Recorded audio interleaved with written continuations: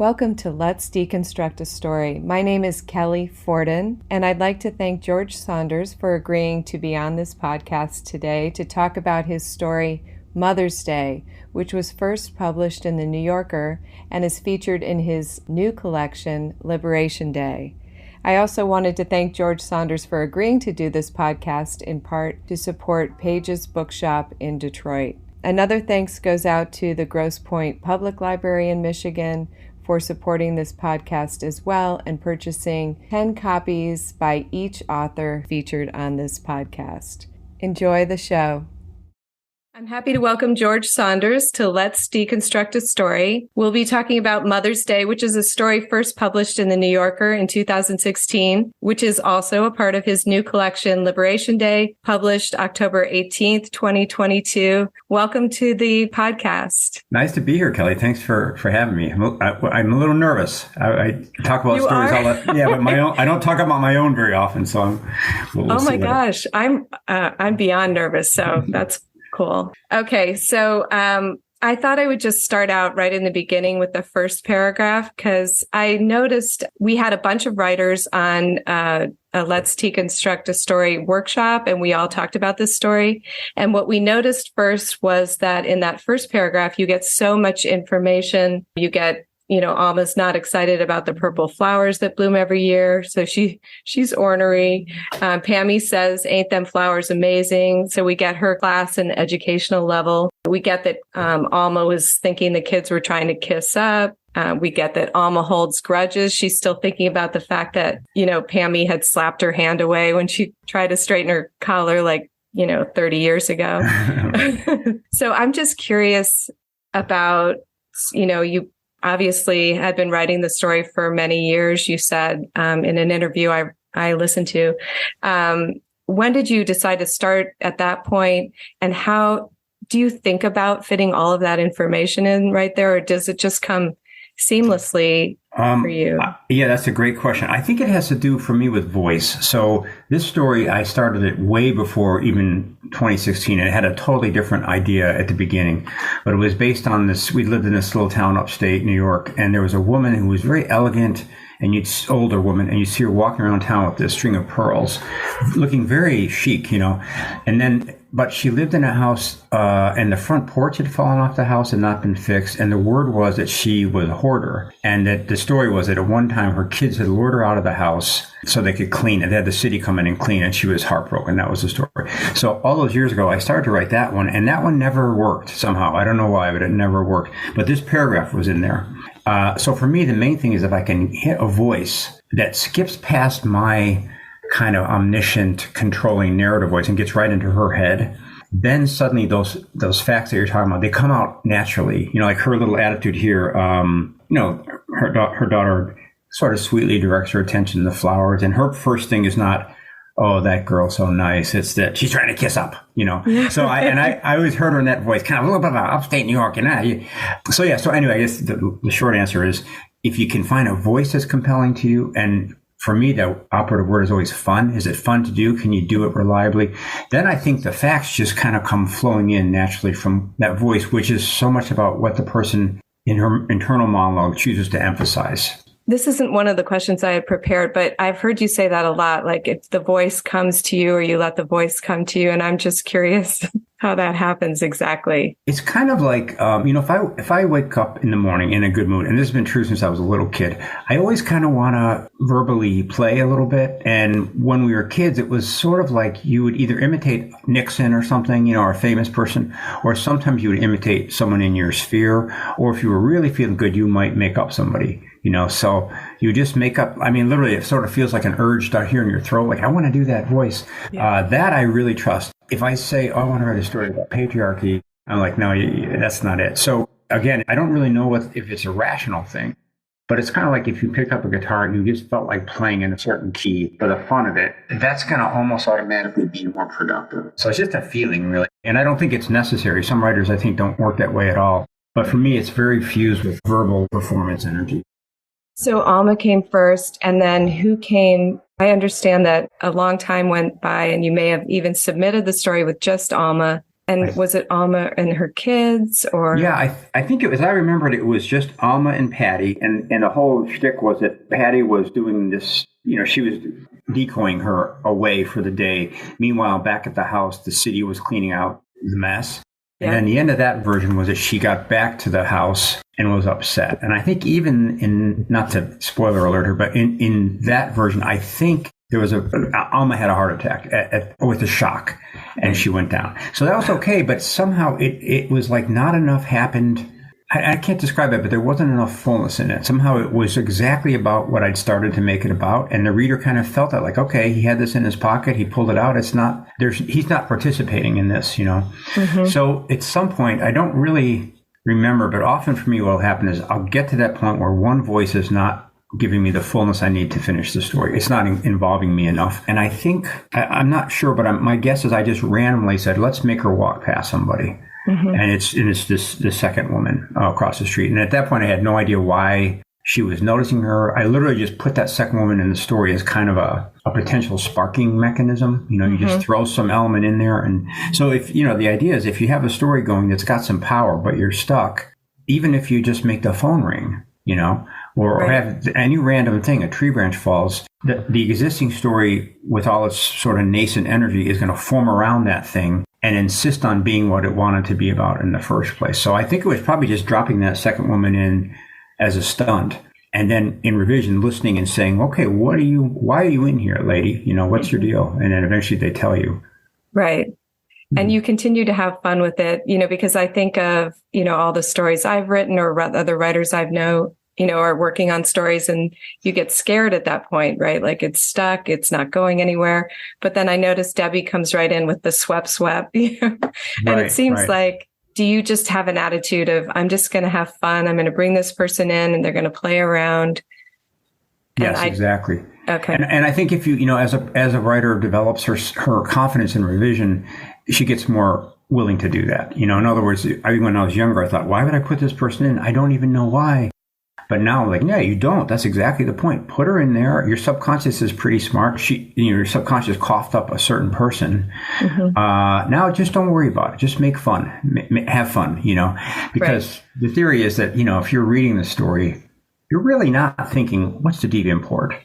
Actually what's happening is line by line, you're going, should I go get a snack? Should I stop? Should I go turn the TV on? So I think for me anyway, that might just be a way of self-assuaging, but I feel like if I just say, let's have fun line to line, let's make things vivid, let's seek out the kind of little jokes and fun moments, and then trust that the import of the story will construct itself behind my back, really. I'm not even worried, not even thinking about it. Yeah, it's funny how different people notice different things. Like there was a writer, Linda Dowling Miller, in our class, and she said, I think Pammy is quite patronizing there in the beginning because, she's just saying like, aren't the flowers beautiful? Like, she's just making conversation because there's nothing to say. And her mom's so ornery and yeah, I think that's right. She's a kind of an ageist, mom, were you alive during World War II? That's so cool, and I'm sure they have running water. Right. Did you own a mule? But no, I think that's right. She's got a certain, it's almost like your job, I think, in those early drafts is to make a distinctive person. It doesn't really matter which, because later Pammy, I feel quite sorry for her later. I mean, she's really been run over by Alma her whole life, we find out. And she's still, even in this beginning scene, she's still trying to please her and placate her. So, it's, I think the trick is if you make something in the first act that's distinctive, we can say, oh, Pammy's condescending and also kind of weak. Then we carry that to the rest of the story. And no matter what happens to her, if you make her with clarity in the beginning, then it's possible to change her in the end. Mm-hmm. And that's what we call escalation, or we call rising action. It's just, I had a very happy, healthy duck in scene one. And in the end, that duck is on a plate. Oh, that's change, that's change. That's dynamism, So a story that isn't working, often the very happy, lively duck just stays happy and lively, which is nice for the duck, but maybe not so nice for the story. It's not much of a story. Yeah. And it's interesting how Vicky has a completely different response to Debbie than Pammy has to her mother. Like, it almost seems like the daughter of two, they're both daughters of narcissist to a certain extent. Yes. Yeah. And one is like, I'm done. I'm not doing this anymore. And the other one is just going to keep trying. She's still trying up to the very last minute. Yeah. Right. But, that's the kind of a trick I stole from Shakespeare, which is if you have, I don't do this consciously, but if I can get there, I'm happy. If you have a father and a son, well, a second father and son is good, because then you're going to be saying something more complete about father or sonhood, because you got the two examples. Right. So I don't really look for that. But when I notice it, as I did here, and maybe I do, maybe your subconscious does look for it because I gave the second woman that daughter. But that it just means that the story is going to be about multiple things at once. So like sort of two models of narcissistic mothering, two responses to that. Exactly right. Yeah, that's I actually never thought about that, but that's very interesting. Yeah. Okay, so we had some thoughts, but I'd love to hear from you since I have you here. You decided to have the story take place on Mother's Day. It's called Mother's Day. And we were curious why you made that choice. That's a great question because it inverts the way that we usually claim to think about these things. Like normally, Mother's Day is a portentous occasion, but actually I think originally it was Alma's birthday or something. But somewhere along the line, I just said, I need a reason for Hammy to be taking her out to lunch. And in the original version, it was just to get her out of the house so they could clean it out. So it just popped in my head, it's Mother's Day. She's taking her mom out on Mother's Day. And then when I'm scanning for titles, I'm just looking for a phrase that isn't too committal. It doesn't say, it doesn't give the story away. And it also doesn't have a kind of that arch literary feelings that some stories have, that a different person wrote the title than wrote the story. And that person knows the whole analysis, like sorrow, Yeah. Right. The incredible, the sad weeping of willows, like where you're just tipping. So that was really, it was just making a decision about what day it was. But then, and I'm not sure again about the cause and effect, but clearly this story does become a contemplation of motherhood and all that. So I think probably what happened was I had the whole thing mostly written, tentatively named Mother's Day, and went, oh yeah, actually that second bit is also okay, So yeah. So I often feel that I'm not smart enough about these things, but actually I think the intelligence is located in the subconscious more than in the conscious mind. So by going through these things many, many times, you're basically, the subconscious is producing good ideas and the subconscious is approving them. And then at the end you go, oh, there's two mothers in this story. We had a lot of writers in the class and then, several mothers, and they were all saying, Mother's Day was perfect because, no matter what your relationship with your mother, unless you're estranged from her, you're going to show up on Mother's Day. Right. Right. So it sort of forces everybody back into that situation. Oh, that's a great point. And also the fact that what's the second woman's name? My God, Debbie. Debbie's daughter doesn't show up and never has for all those intervening years of Mother's Day. Yeah. Right. Yeah. I was looking back at A Swim in the Pond in the Rain, and you were saying something about, how, one of the writers in the class mentioned that she was reminded of The Master and the Man when she was reading this story. Were you consciously influenced by that at all, or? I think not consciously, but that's one of my favorite stories in the world. And so I think it probably influences everything, like your sense of what can happen in a story and your, especially with Tolstoy, I always feel like that guy is not messing around. Every story is supposed to be the big story. It's always about death and love and loss and all that. So I think that in that way, certainly. And I was kind of, I still am fairly underread as a writer. And so when I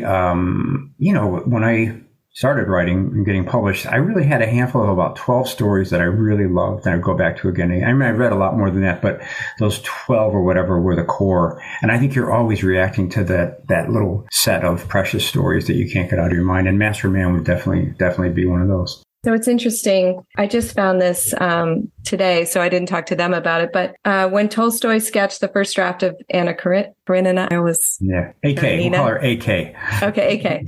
Anna was a most unsympathetic woman, and her tragic end was entirely deserved and justified. The final version of the novel is very different, but I do not believe that Tolstoy had revised his moral ideas in the meantime. I would say rather that in the course of writing, he was listening to another voice the gnat of his personal moral conviction. He was listening to what I would like to call the wisdom of the novel. Every true novelist, short story writer, listens for that supra-personal wisdom, which explains why great novels are always a little more intelligent than their authors. Yes. And I should say, that's not me, actually. I'm quoting, I can't remember, I'm quoting somebody. I wish that was Milan Kundera. Yeah. Yeah, okay. Well, I agree with that 100%, and it's beautiful. Yeah. Okay, so the super personal wisdom, I always feel like that comes through in your stories, not just this one, but where you start out, feeling that the person is totally unsympathetic, and then we get to a state of sympathy or empathy with them. Is that something that you consciously strive for when you're working? It's maybe more something that I know will appear to happen if I revise a lot. That's really what it is. It's an intent. I like that idea, but if I try it, then it usually the challenges aren't tough enough in the story. It's like that book I also quote Einstein or somebody quoting Einstein saying, "No worthy problem is ever solved in the plane of its original conception." Right. So if I think most of the stories that I read that aren't working have to do with the writer being too sure of what's important in it, why she's telling it. Mm-hmm. So that means she's controlled it too tightly. So revision for me is a way of getting in more honest contact with your reader. So if I'm writing this story and I keep changing it, and mostly when you're making those changes, you're kind of anticipating the reader's resistance and also anticipating where she's having fun.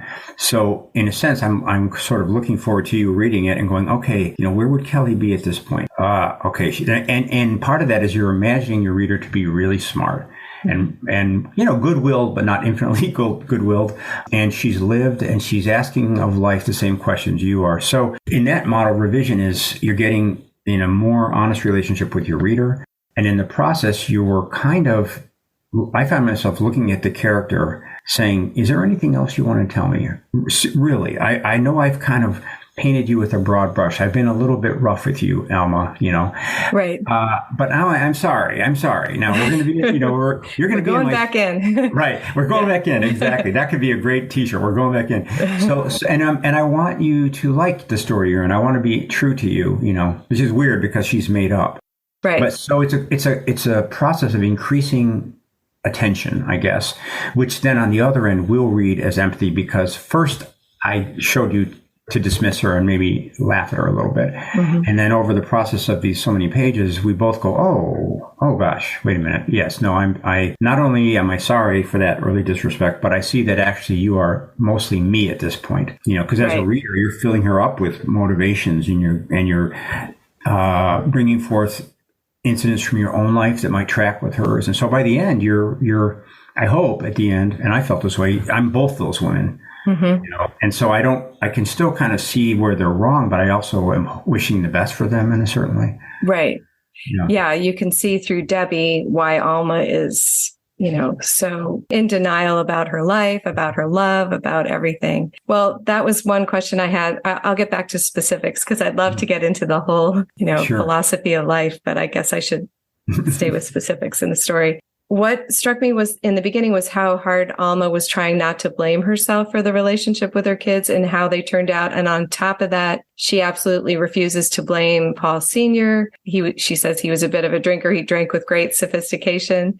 And instead, she blames her children. And one of the questions that we're all talking about is why, it was interesting why blaming her children for her failed marriage was a better option for her. Mm-hmm. Yeah, I think you hit it on earlier when she's a narcissist. And I think I imagine her as somebody who had an incredibly powerful early relationship with Paul. This charming, I guess, according to her, charming guy, right. Very sexual guy, sounds like, So I imagine them being together for a few years, just the two of them, and it was bliss, And then sort of with the intention of furthering their bliss, they have kids. And since this story, I think I always imagine it being sort of, they were young in the 70s maybe or something like that. I don't know if the math adds up.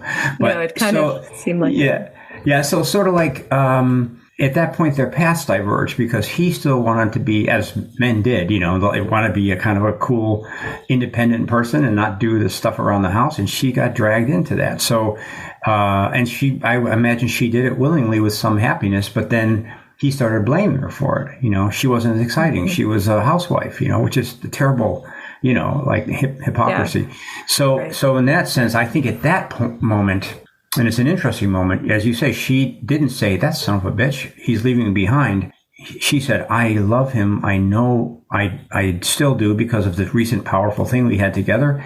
What's changed here? Oh, these brats, So it's a fatal error on her part. And one of the things that I discovered reading it late was, oh my gosh, yeah, she took it out on them every day of their lives, and they felt it, and I'm sure that they have feelings about it too, although Patty's doing a good job of keeping hers submerged, Mm-hmm. Yeah. Yeah, it was, it makes total sense. Just, once you realize she's a narcissist, then you're very limited in that situation. She's not going to see, any fault in herself. Right. And part of the challenge of a writer is that I have to do, like when she does blame the kids, I have to trust that you are sensing the distance between me and Alma at that point. Like, I'm not turning to you and saying, by the way, she's a narcissist, but I just describe it very straight, and I try to make her as persuasive as possible. She makes a pretty good case for why the kids ruined her marriage. Right. So there's that really lovely thing going on where, as a reader, you're looking at me like, does George know that she's a narcissist? And I'm giving you I heard someone describe it as gesturing over the head of the character. I'm like, yes, Callie, I do know. And so that's really where the comedy comes from, or, something like, I guess, a comic effect, which is that you got many things going on at once. Right. Yeah. Yeah. And it's so fun to try and figure out what's happening. It would be so much less if you told us. So, okay, the first 7 or 8 times I read the story, I felt like I wasn't getting to what I really wanted to find. I felt like the George Saunders Story Club slacker. But then finally yesterday when I was reading it again, I realized there's something in the story about trying to reconcile the different versions of ourselves.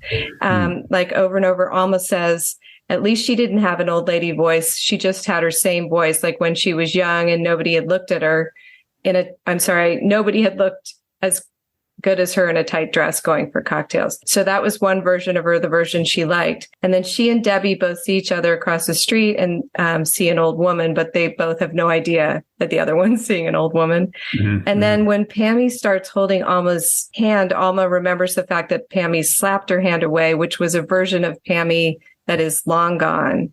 Mm. And Pammy and Alma pass a shop that used to be a place where men would cut pipe and is now a lean and fit.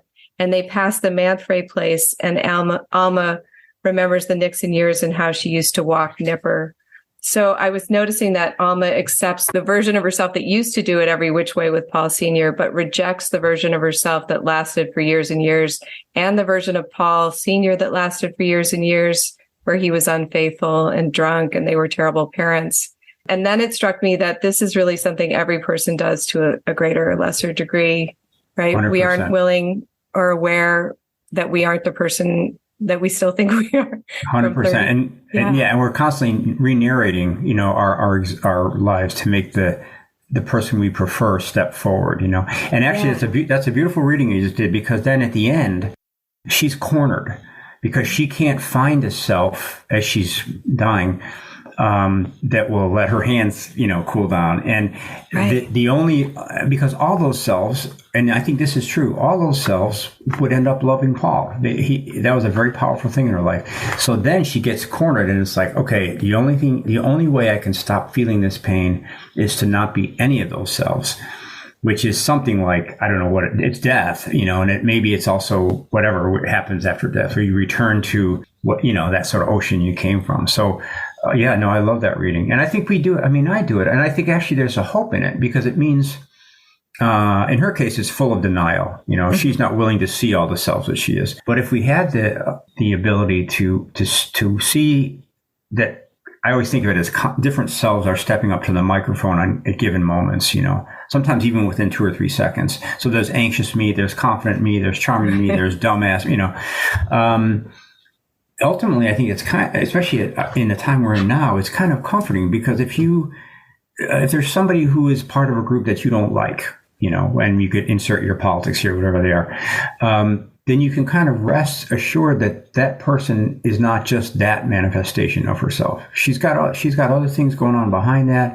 Mm-hmm. It's possible to lure that self out and relate to that self, So I think this idea of multiple selves makes things more workable somehow. We don't have to worry about, imagine like if you had a vision of Kelly that was absolutely consistent from the time you were one, Right.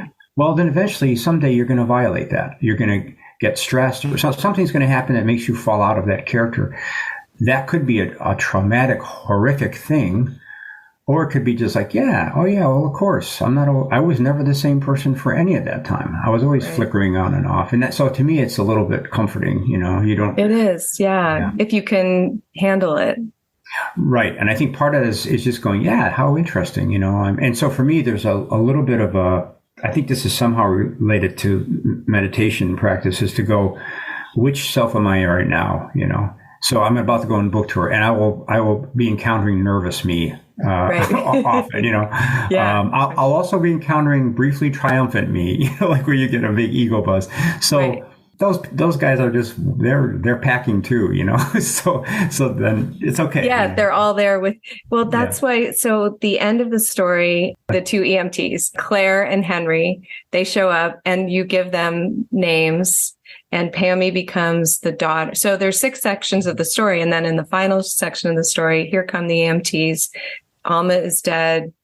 Pammy, they talk about her as the daughter. The daughter's not nearby. Mm-hmm. And they get to end the story. Yeah. And we had some thoughts, but I don't, honestly, I think I was just trying to confirm that she was dead, actually. Okay. That was like, there's this great guy named Stuart Kornfeld who passed away recently, but he's a movie producer. I mentioned him in that Russian book, but he said that every scene has to do 2 things. It has to be entertaining in its own right, and it has to move the story ahead in a non-trivial way. So in that one, the purpose of it was to just, she's dead. There's, this is not a near-death experience. It's a death experience. I'm not sure I'm not sure what the charm of it is. Pretty brief, but. Yeah. But we read a lot into it because, I don't know, we had heard that you might be a Buddhist. And okay. So then we were thinking about, how, there is no personhood, right? You're in Buddhism. Is that correct? How would you phrase that? I'm a kind of an amateur, but the way I malform that idea is that there is, of course there is, we thrive on it, but it's a little bit of an illusion, that the personhood has to do with what we were just talking about, this idea that you're one fixed self, you're permanent, you're central to everything that's going on. So it's not that doesn't feel true. It in a sense, in a relative sense, it is. But then, you see your friend who believed all those things, and then he passes away or she passes away, and you go, oh, okay, so like that. So so I think it's real, but it's a little delusional, or Well, we were reading into the ending, and with all those thoughts in mind, and we were thinking, well, that's it. Like we followed Alma all the way through, and now she's gone. The story has been passed on to Henry and Claire, who don't even know the name of the daughter we've been following all this way. We thought it felt very beautiful and kind of consistent with this whole idea of all those different versions. Like there are all these versions of you, and they're super important to you. And then in the end, right, you're gone, and then it's Henry and Claire's story. And right. And I would also say if the story would have merited it, we could have dropped back and almost having an experience at that point too, I think still. I think, I don't know. Right. Yeah. So we could switch that channel and get back to her again. Yeah. Okay. So that was another question. So I know we're running out of time, but no, that's okay. The hot hands, we had a lot of different thoughts about that. Yes. Well, I happen to know that that's a fact in when you die. No.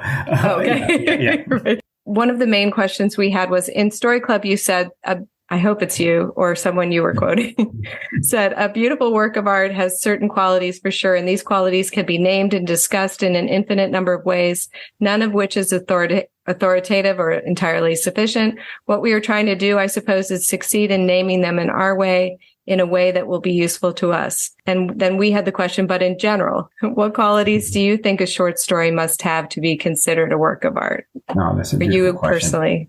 Yeah, personally. Okay. And I think one thing is I would sit with my students. I try to encourage them to have and indulge excessive ideas about what it should be. Not conventional ones, not mine. Whatever floats their boat, if they inscribe that energetically into their work, it'll be felt as unique. All right. So this is what I value.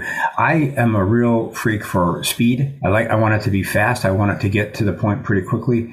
I like low waste. I don't like kind of, I find myself eliminating sort of things that I feel are banal, just, which means sometimes my stories are a little hard to follow because they're shorn of all that stuff.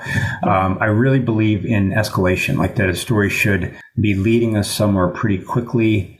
And that's how we evaluate it for efficiency. It gets to the explosion. We go, oh, I see. All these parts were necessary. And I guess the biggest thing is I think communication. I think a story is there to fully let your reader in with respect, and to say, let's the two of us equals huddle over this made up situation. And the aim is to try to find something comforting, that speaks to us about the things that really keep us up at night or keep us going during the day, So no, not a big fan of experimentation for experimentation's sake. I think it should have an emotional power. What else? I think that's about it. I've got some opinions on fonts, but we'll leave those out. And Yes, I like Garamond. It has its points, Kelly, but I don't know. To me, it seems a little ostentatious. And no, I'm a Times Roman person. The poets like Garamond.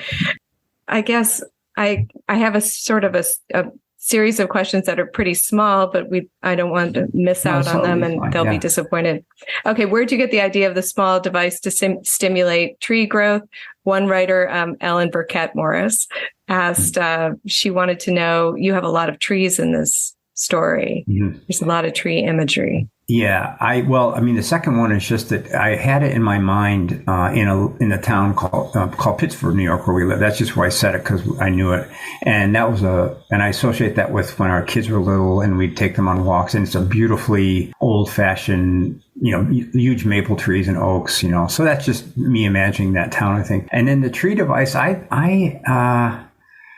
how my mind works, and it's none of this is rational, but if I can kind of remember, I wanted this guy to be the kind of affable swinger drunk that I would often see in Chicago in the 70s. There's a whole kind of a cast of them.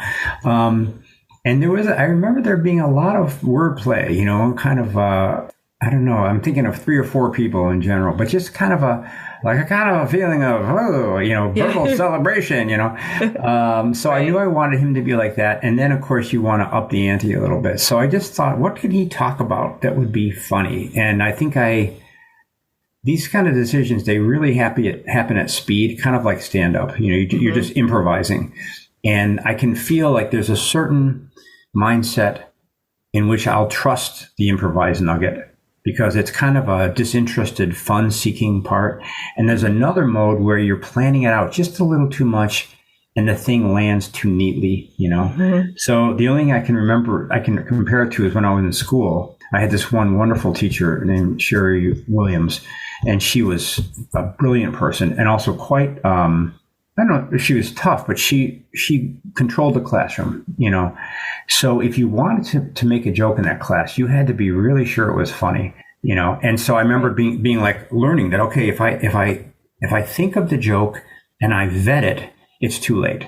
Right. And if I think of the joke and I'm not going to vet it, but there's something a little off, that's not going to work. So it became a matter of refining. You're keeping an eye on the feeling you're having, even as you're creating the thing. Right. So behind the joke, it can't be any sort of nastiness or you have to get out of that. When you first meet someone and they might be annoying you and all these ideas come to your head and there's a nasty tinge to it.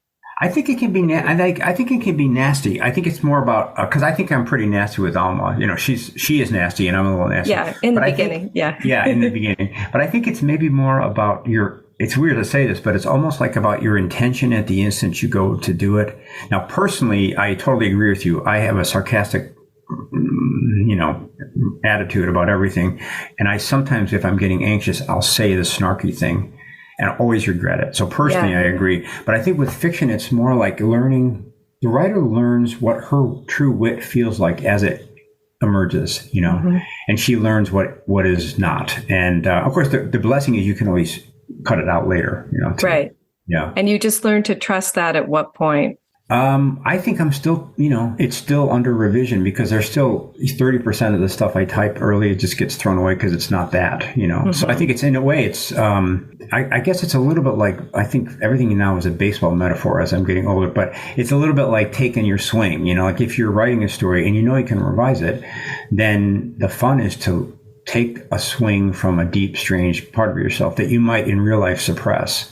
But so if you take the hard swing and it misses, you can, unlike real baseball, you can rewind the tape and edit it out. So I think for most, I've seen this in my teaching. Every so often somebody will figure that out, and suddenly there'll be a quality of jokes or description or something, dialogue that wasn't in there before. And you can feel it's coming directly from some holy part of their wit. Onto the page, So I don't know. It's endlessly fascinating. It is fascinating. Yeah. But it's sort of self-work in the sense that you're saying, what do I have up here in this head that might come across as charming if I type it up? That kind of thing, which is totally related to what we talked about earlier. Which self do I want to bring forth? And I think with fiction, there's also that wonderful opportunity to bring forth anything. And then you attribute it to somebody, So if you have a thought that you're not very proud of, well, all right, just put it in someone else's head, and suddenly you've got a character, Right. Yeah. That's so fun. Okay. At the very end, we were talking when we got cut off about the hot hands, so I don't want to forget to finish that. And then Ellen also mentioned the hail seems so significant because they're literally being bombarded and her daughter gets cut. So right. Well, the hot hands are, so many of these things, they start out as stopgap fixes. So in that scene, so I've got her, I think I don't know if she's quite dead yet, but she's well on her way. And so I read about this somewhere in a book about hospice, that in those last moments of life, anyway, your metaphorical, your symbolic system is taken, of course, right from your life. So a football coach will start thinking, we're on the 2-yard line, like that. So I thought that, of course, her kids had to come back. And throughout the story, the frustration for her, it's not really narrated, but I think we feel it, is that those kids don't like her much. The kids are afraid of her. She can't get any real intimacy going with them. And I think it's because of what we mentioned earlier, that she sees them as a source of her problem, with Paul. So that's an awkward, bad thing. But I think all of them have been longing for that forever, So in her last moment, she's once again, one last time, trying to embrace these kids and be what she would say as a proper mother, loving, nurturing mother. But something's in her way again, her hot hands. So the hot hands basically are kind of like, I don't like this word, but it's a symbol for the ongoing problem she always had with intimacy, which is it's painful to be close to her, actually, for these kids, Right. So, but in the moment, again, it was just, I need something to obstruct her from picking those kids up. So it could have been anything, Right.